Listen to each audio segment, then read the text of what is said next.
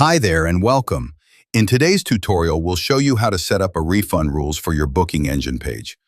The refund rules in the hotel industry outlines the conditions under which a hotel will return money to a guest for a reservation that is modified, canceled, or not used.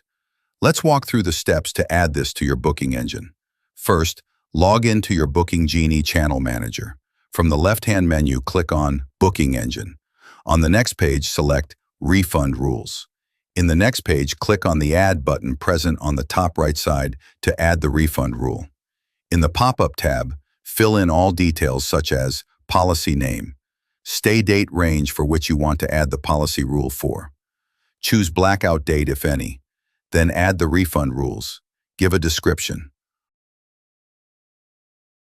Once you've entered all the details, click on Save to apply the changes. You can add multiple refund rules for your property, and that's it. You've successfully added your refund policy to the booking engine page. If you need help or run into any issues, feel free to reach out to our support team. We're always here to assist. If you found this tutorial helpful, make sure to check out our other videos on the channel.